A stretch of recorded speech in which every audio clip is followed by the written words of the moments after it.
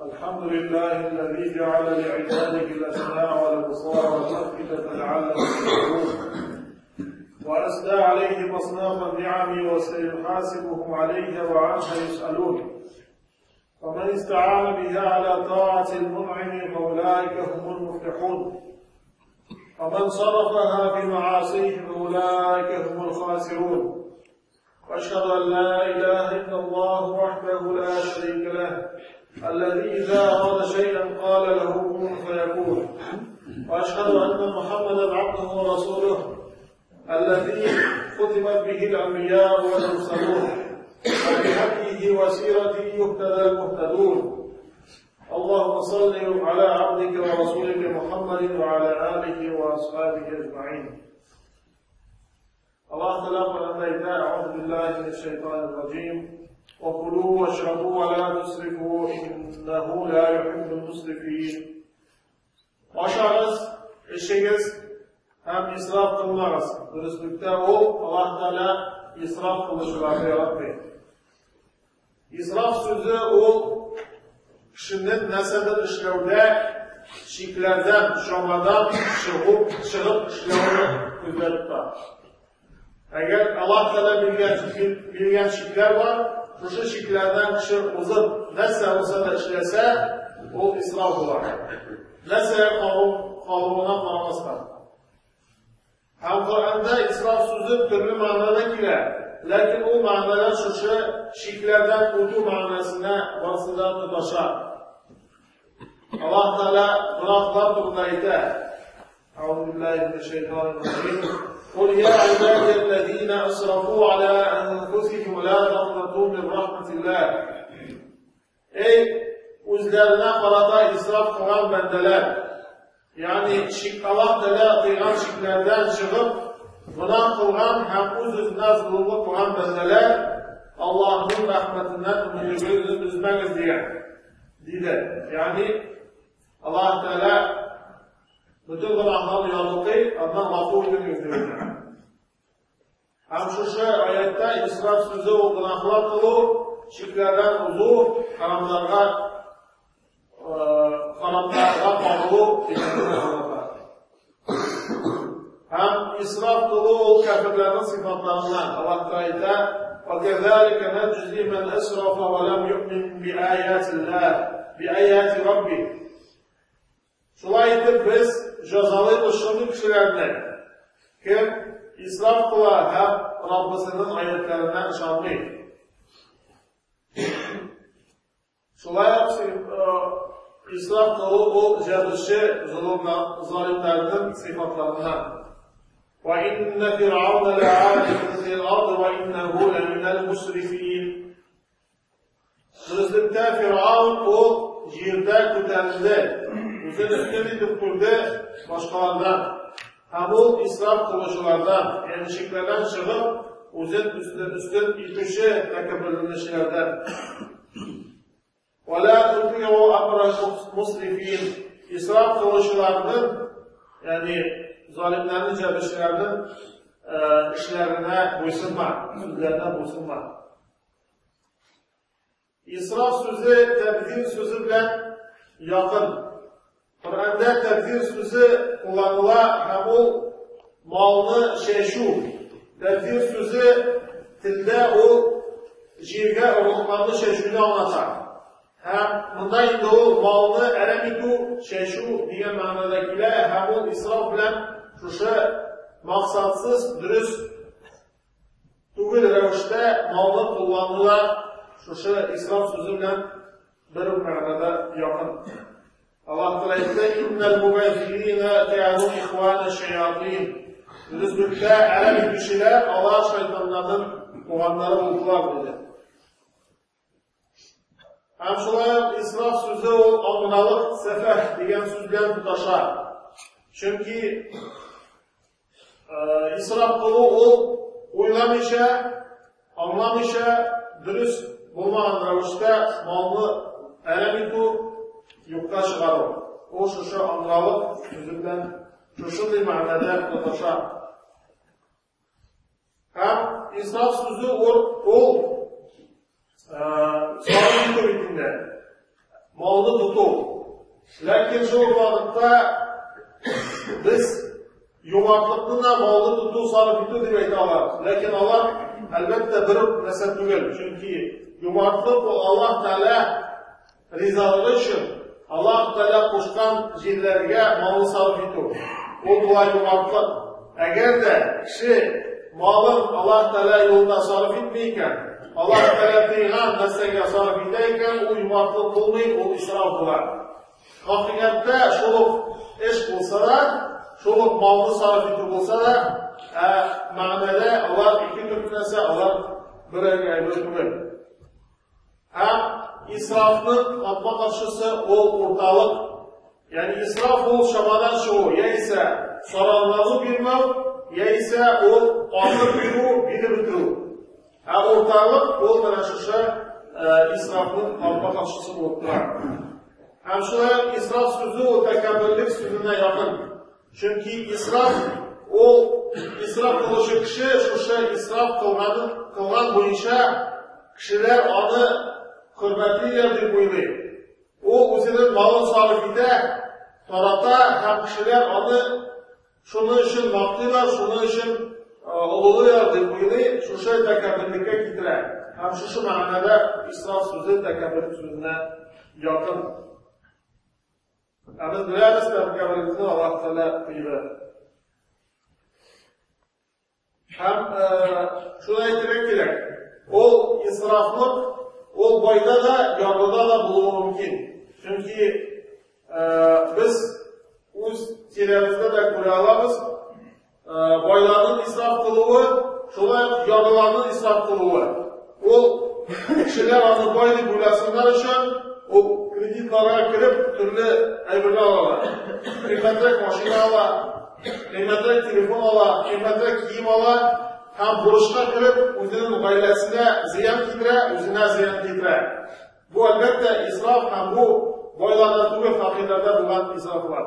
Boylarda bo'lgan isroflar esa Alloh taolo bergan rizqni durust ravishda qo'llanmoq, albatta u misollarni bilamiz, ham ko'ramiz.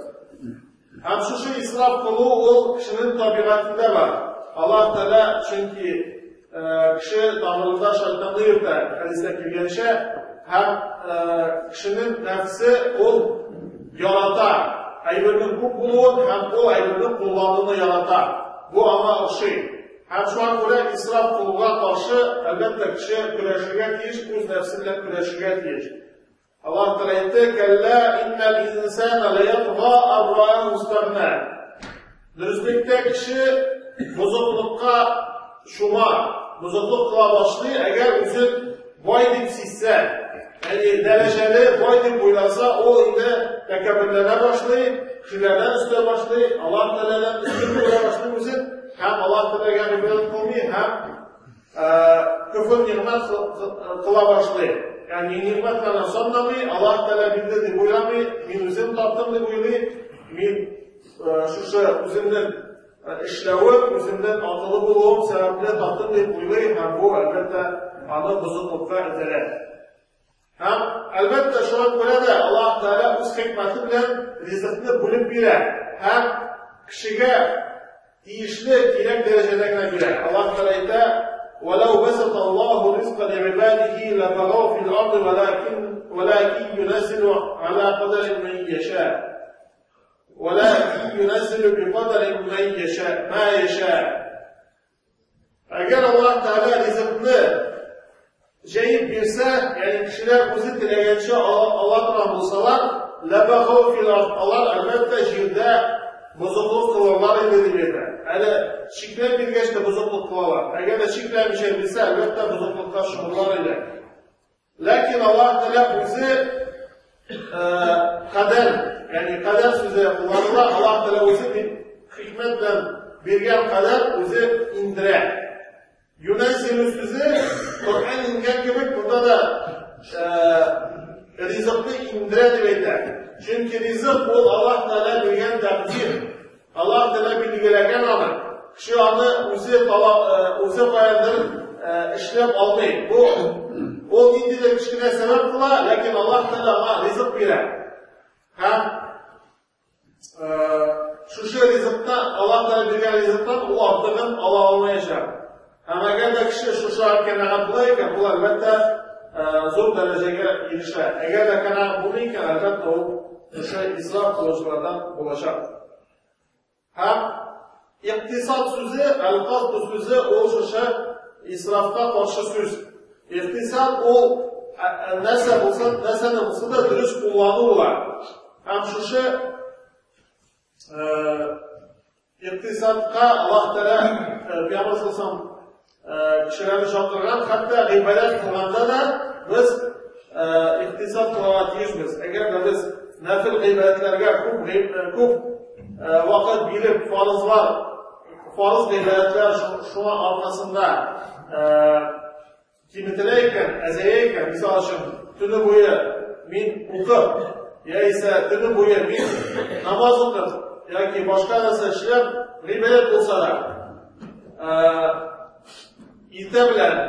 ertangi namozni uxlab qolsam, albatta bu tuni bo'yi qilgan ibodat mening ertangi namozni birinchilikdan qoplay olmayashadi. Va ko'ra biz ibodat qilda, hatto ibodat qilda iqtisod bilan o'rtoqlikni ham durustlikni bilirga ham to'g'ri qilishimiz. Ham shu isrof qilish u kiyimlarda, oshov ishida ham boshqa narsalarda bo'lishi mumkin. Alloh taolo kulu min samarihi iza asmara wa atu haqqahu yawma hasadihi wa la tusrifu innahu la yuhibbul musrifin. Alloh taolo o'stirib bergan o'simliklarni, jimishlarni oshamiz. Ham agar Alloh jimishlar bersa, shu jimishlarni umush etib olgan vaqtda, umush etib olgan kunni xotin to'lagiz deydi. Ya'ni g'ushurni berigiz. Ham isrof qilmaz, do'stlikda Alloh taolo isrof qilishni yo'qotmaydi deydi. Shunday Alloh taolo aytdi: "Ya bani Adam, khudhu zinatakum 'inda kulli masjid va kulu washrabu wa la tusrifu innahu la yuhibbul musrifin." Ey Adam o'g'illari, zinatingizni oling'iz har bir masjidga. Ya'ni masjidlarga zinatlanib kelingiz. Ham oshig'ingiz ishingiz, lekin isrof qilmaysiz. Bitta vaqtida isrof qilishni yaratmaydi. Payg'ambar sollallohu alayhi vasallam aytdi: "Kulu va tasaddaqu wal basuru fi ghayri israfin wa la maqila." Oshig'ingiz sadaqa beringiz, kiyingiz, lekin isrof qilmisha ham takabbirlanisha. Bizning kiyimimiz, bizning rizqimiz ham bizning boshqa qo'llanma ayollarimiz takabbirlik uchun bo'lgan ish tugul. Bizning umuman dunyoda bo'lgan butun ayol u maqsad tugul, u bizning uchun shora bo'lgan ish. Ham mingina u aybat bo'lmasin, u Alloh taolodan berilgan aybat deb biz onlarga ham uni durust qo'llangan ishmiz. Ham kimdir so'ragan mumkin, ne uchun bu kerak sinov? Ne uchun isrof qilgan sinov?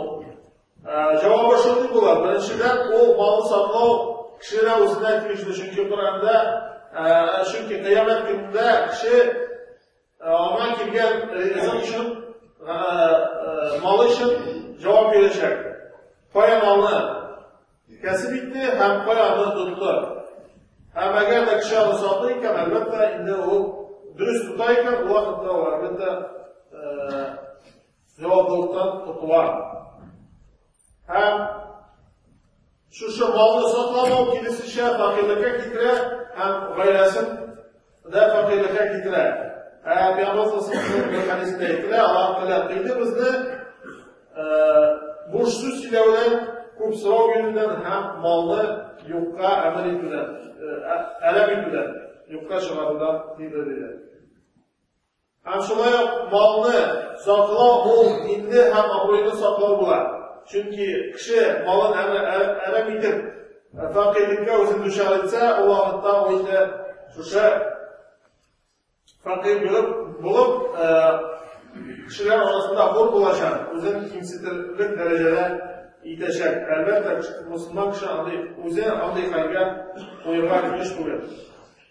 Ham tarixga qarasak, albatta bizga shu isrof masalasida ko'p misollar keltirgan mumkin. Shulardan qayg'usini albatta keltirsak foydali bo'ladi. Masalan, Гайша радиаллаху анха. Muaviya radiyallahu xalifa bo'lgach, ona 70 ming dirhammi, dinarmi ақша жіберіп Дамаскта. Ham shushi G'aysha radiyallohu anha kelib жеткach, ularni to'g'ri miskinlarga, faqirlarga, muhtojlarga. Ham onun служанкасы bilan yordamchisi, yordamchi qizi aytdi: "Ey, onam mendan o'ylashda bo'ldi G'aysha radiyallohu anha. Sen bizga ozgina qoldirsan, it qoldiran bo'lsam, biz it olirdik" deb aytdi. Shunda G'aysha radiyallohu anha aytdi: "Agar sen menga aytgan bo'lsan, men qoldirib edim, aytmagach men unutganman" deb aytdi. Yani Allah'ın it akşaları bulmuşa, bulmağına qaramasdan o Rusya akşalarını tanıtıp ötürdi. Bu elbette Allah'ın Rusya dünyadaki ebirge münasebeti müsette. Allah cevaplıktan ilk başta cevaplık yoluna uyarlanlar, hem ondan Rusya maldan tutulu yolun izleyenler, hem izlek Rusya malını qo'ldan chiqindirishga ham tegishli o'ringa topshirishga deb o'ylaganlar. Hatto o'zlarida xoqli bo'lgan, muhtoj bo'lgan ayblarda da ular o'ylamaganlar. Albatta, ularda isrof degan narsa endi umuman bo'lmaganda edi. Shu vaqtda shu musulmon davlatidan ikkinchi misol, musulmon davlati usti ko'p o'rinlarga oldi. Mag'ribdan Indiyaga hatta suzildi. Ham Andalusiya, İspaniya vaqtida musulmonlar davlati bor. Ham shunda Andalusiyada, İspaniyada, Granada degan shaharda Al-Mu'tamid ibn Abbad degan bir o'sha vali bor edi. O'sha yerlikning valiyi, esa xalifasi bor ekan. Ham o'sha kishi bir boy bo'lar, o'sha ol idora etuvchi bo'lar, o'sha yerlik bilan endi ani bo'lar saroylari. Ham bir vaqt onun ailesi Suriye yandan basseyinde neydi? Hoş boylar sıyıp, rozalar maçıp şuşu basseyinaydı şuşunda жууларга дегенде рахаттык сизилге тилегендер ушундай даражада алар бу бир гана мисал албетте алардын турмушларына ушундай даражада алар инде озгылар һәм теге шушы малларны ушундай даражада сагып эткендер.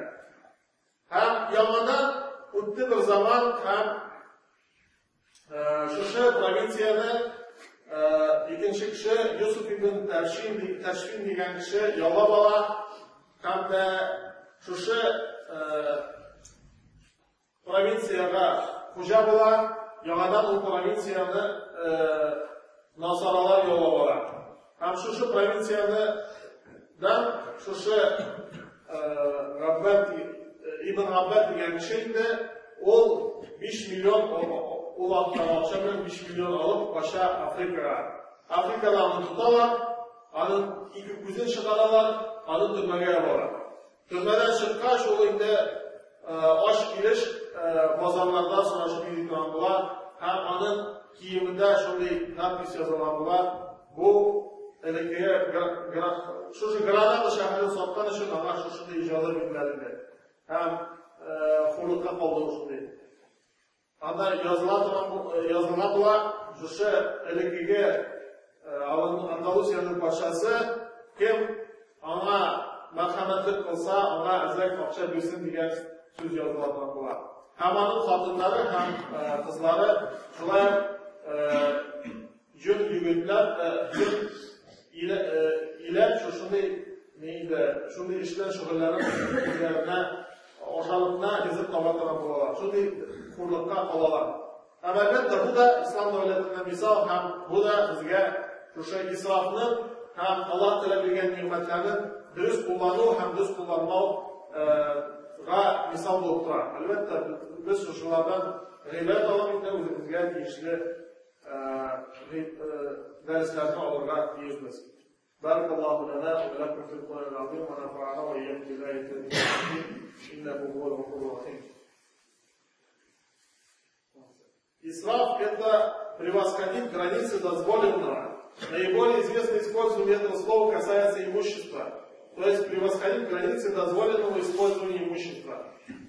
Аллах сказал: ешьте, пейте, но не расточительствуйте, ибо Он не любит расточительных. В Коране это слово употребляется в разных схожих значениях, но все они сводятся в значении превосходить границы дозволенного. Как Всевышний говорит касаемо исрафа в совершении грехов: скажи моим рабам, которые излишествовали во вред самим себе, не отчаивайтесь в милости Аллаха, воистину Аллах прощает все грехи, ибо Он прощающий и милосердный. Исраф — это одно из качеств неверующих. Всевышний сказал: так мы воздаем тем, кто излишествовал и не уверовал в знамение своего Господа. Слово «исраф» схоже в значении со словом «табзир». Это в использовании имущества не в подчинении Аллаху. Только табзир — это солить имуществом. Аллах сказал: воистину расточители братья дьяволов.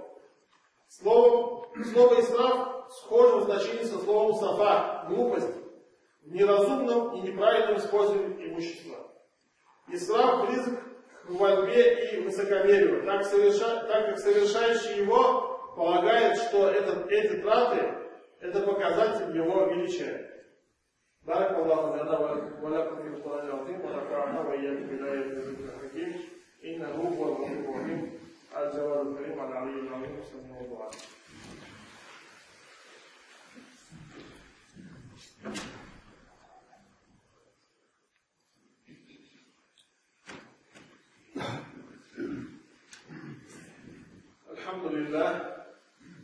الحمد لله نحمده ونستعينه ونستغفره ونؤمن به ونتوكل عليه ونعوذ بالله من شرور أنفسنا ومن سيئات أعمالنا من يهديه الله فلا مضل له ومن يضلل فلا هادي له وأشهد أن لا إله إلا الله وحده لا شريك له وأشهد أن محمدا عبده ورسوله صلى الله تعالى عليه وعلى آله وصحبه أجمعين. اللهم اغفر للمؤمنين والمؤمنات والمسلمين والمسلمات الأحياء منهم والأموات إنك مجيب الدعوات ومنزل البركات ورفيع الدرجات وقاضي الحاجات برحمتك يا أرحم الراحمين. اللهم ارحم الخلفاء الراشدين والأمراء الماضين الذين قضوا بالحق وكانوا يعدلون. اللهم انصر من نصر الدين واهد من خذل الدين. عباد الله، إن الله يأمر بالعدل والإحسان وإيتاء ذي القربى وينهى عن الفحشاء والمنكر والبغي يعظكم لعلكم تذكرون. اذكروا الله العلي العظيم الحي القيوم يذكركم واشكروه يزد لكم واستغفروه يغفر لكم ولذكر الله تعالى أكبر. فأقيموا الصلاة.